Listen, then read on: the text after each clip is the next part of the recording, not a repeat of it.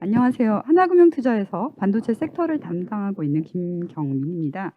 내년도 반도체 업종 전망에 대해서 말씀을 드리겠습니다. 주제는 아날로그 반도체 그리고 화합물 반도체입니다. 네, 서머리 페이지입니다. 내년도에 이제 아날로그 반도체 턴어라운드 그리고 화합물 반도체의 태동을 좀 살펴보셔야 되는데요. 이런 주제를 제시하는 가장 근본적인 이유는 삼성전자가 시스템 LSI, 즉 저희가 빈메모리라고 부르는 분야에서 대규모 시설 투자 그리고 R&D를 진행하기 때문입니다.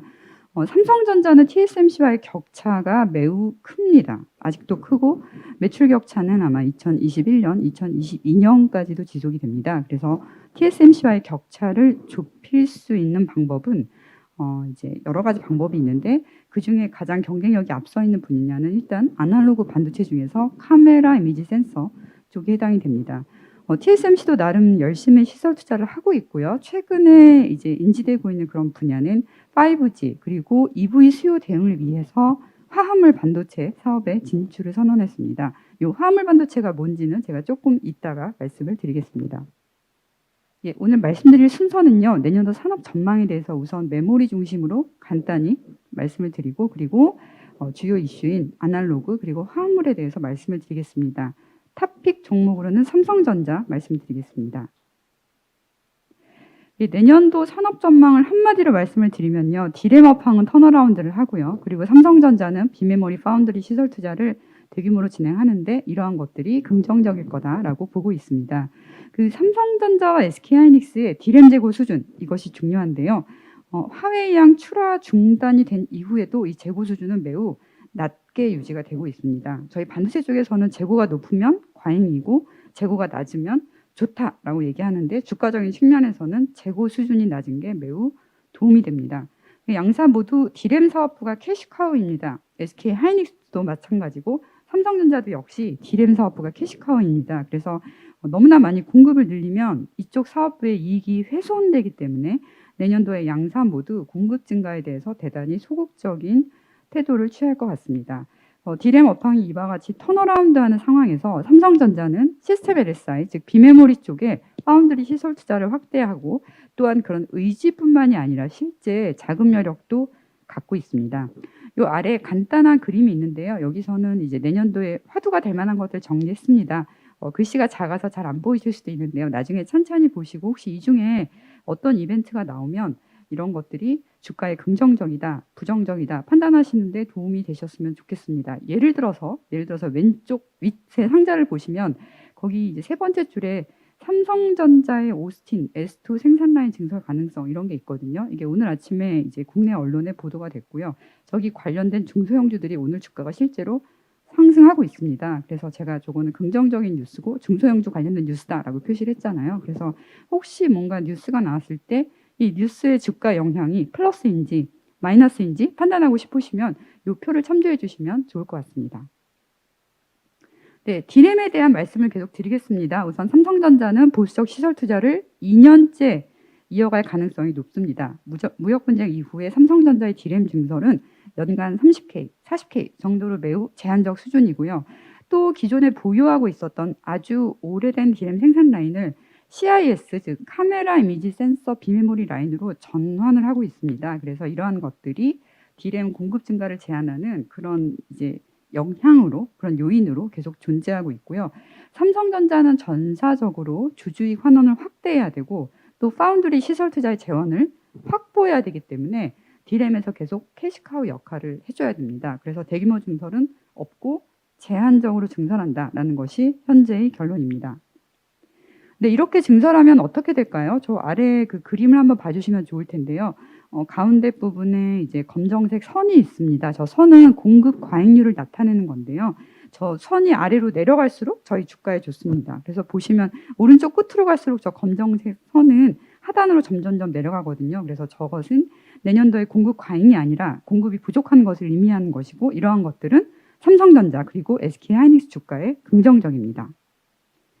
네, 여기까지는 디램 업황 말씀드렸고요. 낸드에 대해서 말씀드리겠습니다. 낸드는 디램하고 상황이 다릅니다. 왜냐하면 지금 약간 공급 초과 상태이고요. 내년도에도 삼성전자가 나름 대규모로 증설하기 때문에 내년에도 이 공급 초과 상태가 지속이 될 것 같습니다. 다만 그래도 저희가 안도할 부분은 삼성전자는 낸드 증설을 지속을 하지만 나머지 회사들은 많이 증설하지 않습니다. 그래서 SK하이닉스, 인텔, 그리고 일본에 있는 키옥시아, 미국의 마이크론 이 4개 회사는 매우 제한적으로 증설을 진행을 할 것 같습니다. 그래서 내년도에 낸드는 디램과 달리 소폭 공급 과잉이다라는 점만 기억해 주시면 좋을 것 같습니다. 조금 전에 디램에서도 제가 검정색 선을 보여드렸는데 여기도 마찬가지입니다. 여기는 이제 낸드 쪽이고요. 저 선이 높으면 높을수록 공급 과잉이라 안 좋은 건데요. 저 검정색 선을 쭉 따라가 보시면 오른쪽에 내려갈 뻔하다가 다시 올라갑니다. 그래서 나름 저것이 소폭의 공급 과잉을 의미하는 거구나 라고 생각해 주시면 좋을 것 같습니다. 네, 여기까지는 제가 디램하고 낸드 합쳐서 메모리 반도체 업황에 대해서 말씀을 드렸고요. 이제서부터는 비메모리 쪽에 대해서 말씀을 드리겠습니다. 그 비메모리 회사들 중에 미국의 아날로그 반도체 회사들이 많습니다. 이 아날로그 반도체는 전 세계 모든 디바이스에 들어가기 때문에 전 세계 반도체의 일반적인 수요를 저희가 트래킹하는 데 도움이 됩니다. 그래서 여기 보여드리는 차트는 아날로그 1위 회사인 텍사스 인스트루먼트라는 회사인데요. 저 검정색 선을 따라가 보시면 거의 중반에 이를 때까지 계속 내려갔었죠. 그러니까 계속 매출이 역성장하면서 안 좋다가 오른쪽으로 갈수록 점점점 올라가고 있습니다. 그래서 그동안 안 좋았던 이유는 자동차 수요가 안 좋았고 중국 수요가 안 좋았고 또 무역 갈등 때문에 안 좋다가 이제는 점점점 이러한 이슈들이 해소되면서 아날로그 반도체 업종도 매출이 성장하고 있구나. 이런 것들이 반도체 전반적으로 좋은 뉴스구나 라고 생각해 주시면 좋을 것 같습니다.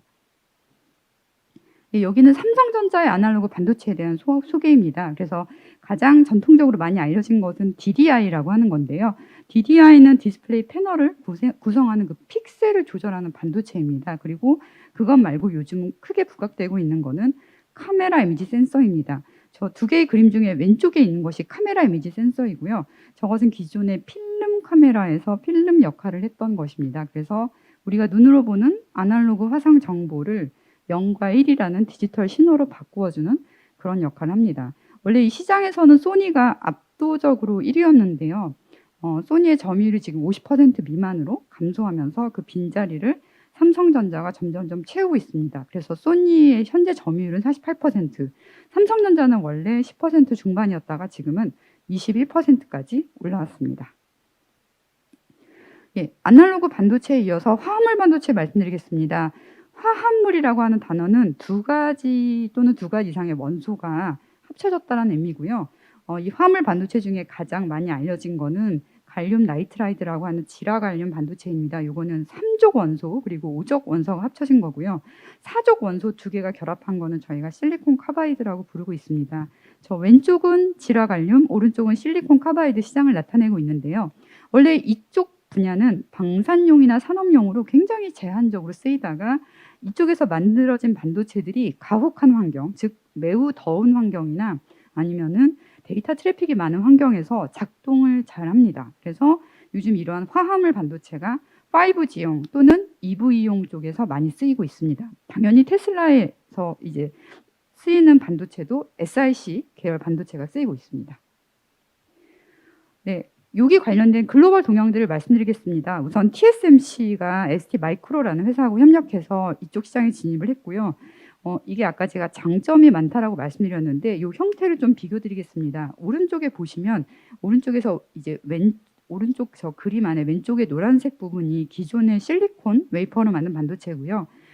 제일 우측에 있는 것이 갈륨 나이트라이드 반도체인데 똑같은 성능 또는 더 좋아진 성능에 크기가 훨씬 작습니다. 그래서 반도체는 크기가 작아야만 전력 소모도 적게 하고 공간도 덜 차지하거든요. 그래서 반도체는 작으면 작을수록 저희가 좋은 반도체다라고 생각을 하는데 지금 화합물 반도체를 만들면 저렇게 아주 작은 크기로 더 좋은 성능으로 만들 수가 있습니다.